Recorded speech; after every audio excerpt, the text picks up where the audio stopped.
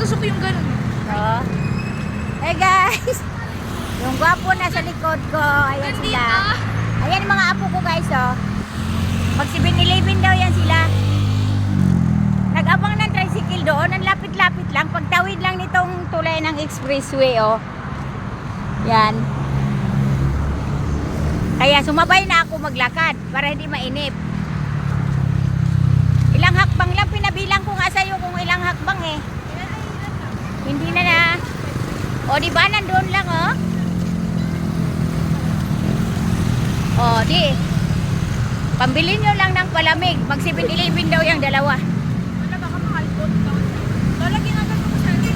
Oy, dito kayo tumawid dito ha. Oy. Dito kayo tumawid pag ganun. O ayan na to. Tawid na. Wala na sasakyan. Bye-bye. Bye. Ingat mamaya pag uwi. Naisipan mag 7-Eleven. Ako puntahan ko yung darling ko guys.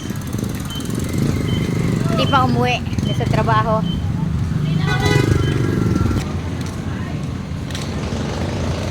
Alam nyo guys, maambon. Pero pwede pa kasi maliliit naman pino eh. Pino yung ambon. Dahan-dahanan na ang lula paglakad. Sabi nung apo ko, Lola, bakit naglakad ka? Eh, siyempre para may kasama sila. Kaya may balak na magsakay, ang lapit-lapit lang. Eh, ilang hakbang na lang din to eh. Yung trabaho namin. Doon pa yung aking darling nagtrabaho guys.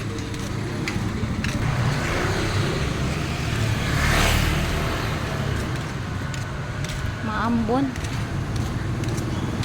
Huwag lang ma-shoot dito sa ay butas. Ayan guys, malapit na ang inyong lingkod. Malapit na sa shop namin na maliit.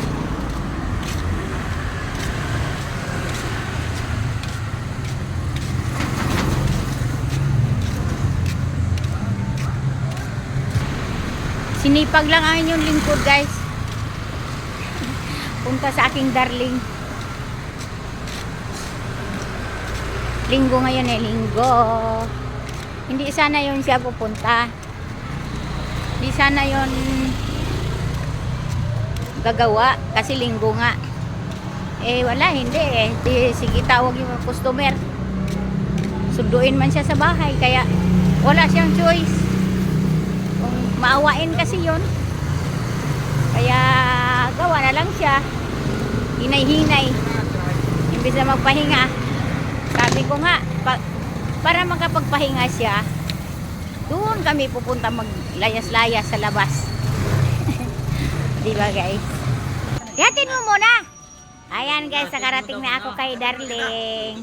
Yatin mo muna. Tataya ka ba eh? Oh, taya muna kayo ng kayamanan nila guys. Hindi, samahan mo muna. Tataya din ako. Ayan, thank you for watching. Madilim na guys oh. Yan darling ko guys, hindi makita kasi naka-sombrero na ng helmet niya guys. Thank you so much. Ang bilis ko maglakad.